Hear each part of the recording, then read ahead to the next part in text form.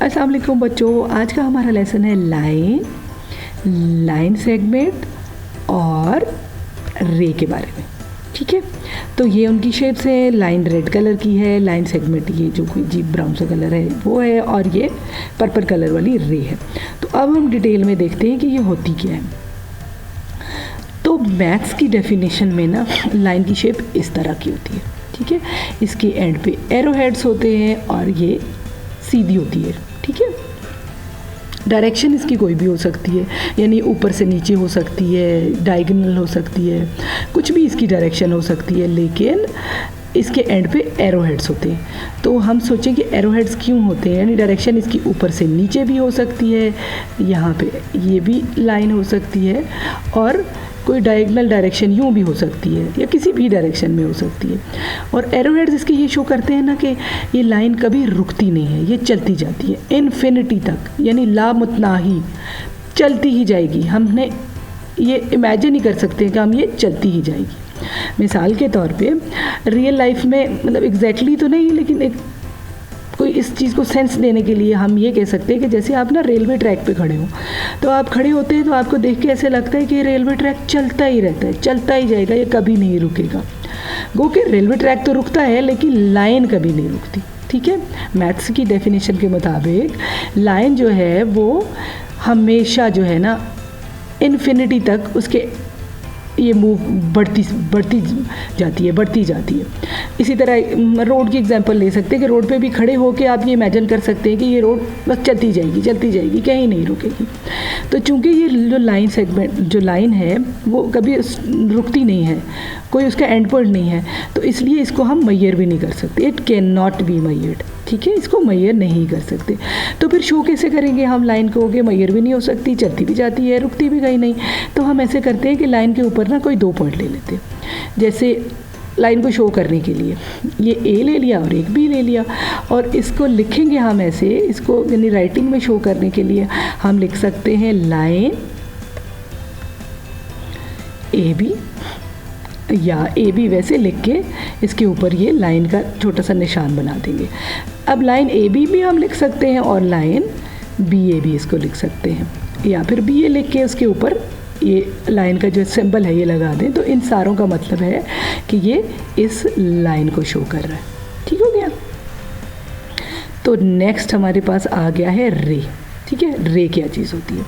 तो रे की आपने शेप देखी होगी, एक साइड पे इसका जो है ना फिक्स्ड पॉइंट है, और दूसरी तरफ ये लाइन की तरह जो है एरो हेड है इसका, यानी कि एक साइड से तो इसका फिक्स्ड पॉइंट है, लेकिन दूसरी साइड से ये बढ़ती जाती है इन्फिनिटी तक। इन्फिनिटी का मतलब है कि कभी ख़त्म नहीं होती, चलती जाती है। इसको हम बढ़ाते जाएं तो ये स्क्रीन से बाहर निकल जाएगी, ये हमारे रूम से भी बाहर निकल जाएगी। तो मिसाल इसकी मतलब कोई थोड़ा सेंस बनाने के लिए हम कह सकते हैं कि जैसे रियल लाइफ में सन रेज होती है। ठीक है, यानी सन रेज जो है वो सन से स्टार्ट होती हैं, एक साइड उनका फिक्स पॉइंट है और दूसरी साइड से वो चलती रहती है।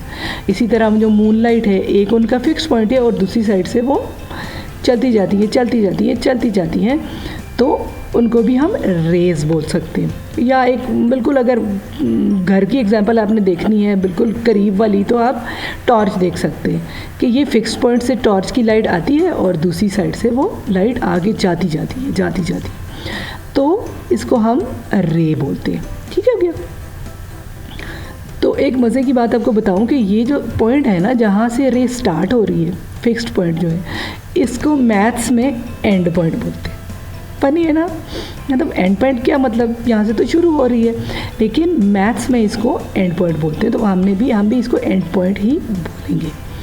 तो वो एंड पॉइंट जो है वो इस रे के हिसाब से कह रहे हैं कि ये इसका यानी यहाँ से फिक्स्ड पॉइंट है, तो ये इसको एंड पॉइंट बोलते हैं। तो इसको चूँकि ये एक साइड से तो इसका एंड पॉइंट है, लेकिन दूसरी साइड से इसका कोई एंड पॉइंट नहीं है, तो इसको भी हम मेजर नहीं कर सकते। ठीक है, लाइन को भी मेजर नहीं कर सकते थे और रे को भी मेजर नहीं कर सकते थे।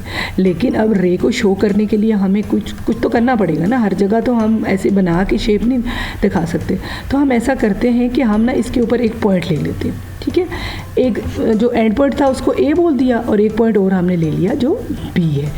तो इसको हम शो ऐसे करेंगे कि हम लिख सकते हैं रे ए बी, या ए भी लिख दें और उसके ऊपर छोटी सी रे बना दें, ठीक है। तो ये भी सही है, ये दोनों एक ही चीज़ है।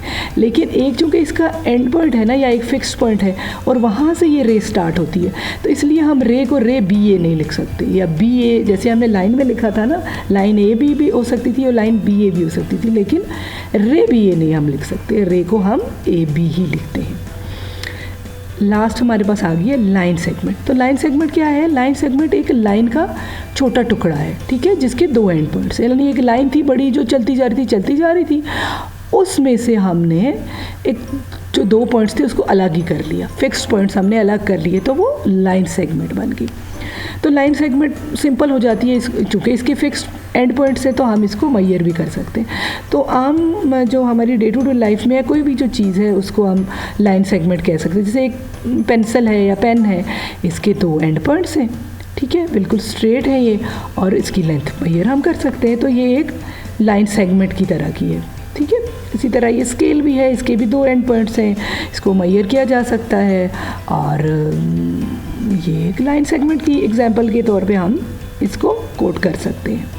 तो जो एंड लाइन सेगमेंट है, इसके जो एंड पॉइंट्स हैं ना, इनको हमने नाम दे दिया, एक को ए एक को बी, तो हम इसको लिख सकते हैं, और ये मैयर हो सकती है, ठीक है, ये मैंने आपको बताया है ना कि इसको हम मैयर कर सकते हैं। तो लिखने में हम लिखेंगे लाइन सेगमेंट ए बी, या यूँ लिखें, या बार बार हम लाइन सेगमेंट लिखने से बेहतर है हम ए भी लिखें और उसके ऊपर छोटी सी लाइन लगा दें, इस तरह लाइन सेगमेंट बना दें छोटी सी, ठीक है। जब इसके एरो हेड्स नहीं होंगे तो इसका मतलब है ये लाइन सेगमेंट है, या इसको हम लाइन सेगमेंट बी ए या बी ए के ऊपर भी